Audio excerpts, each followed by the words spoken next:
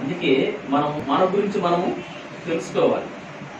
మన గురించి మనం తెలుసుకోవాలంటే దేవుని మాటలు వింటేనే తెలుస్తుంది.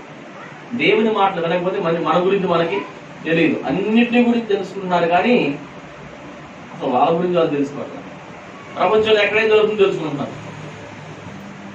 అవన్నీ ఏమాత్రం నిన్ను ఉద్ధరించవు. అవన్నీ ఏమాత్రం నీకు ప్రయోజనకరంగా ఉండవు. కానీ వాటి వలన ఒరిగేది ఏముండదు. అవి తెలుసుకొని నష్టపోవడం తప్ప. ఇప్పుడు మన గురించి మనం తెలుసుకుని జాగ్రత్త పడతాం కదా.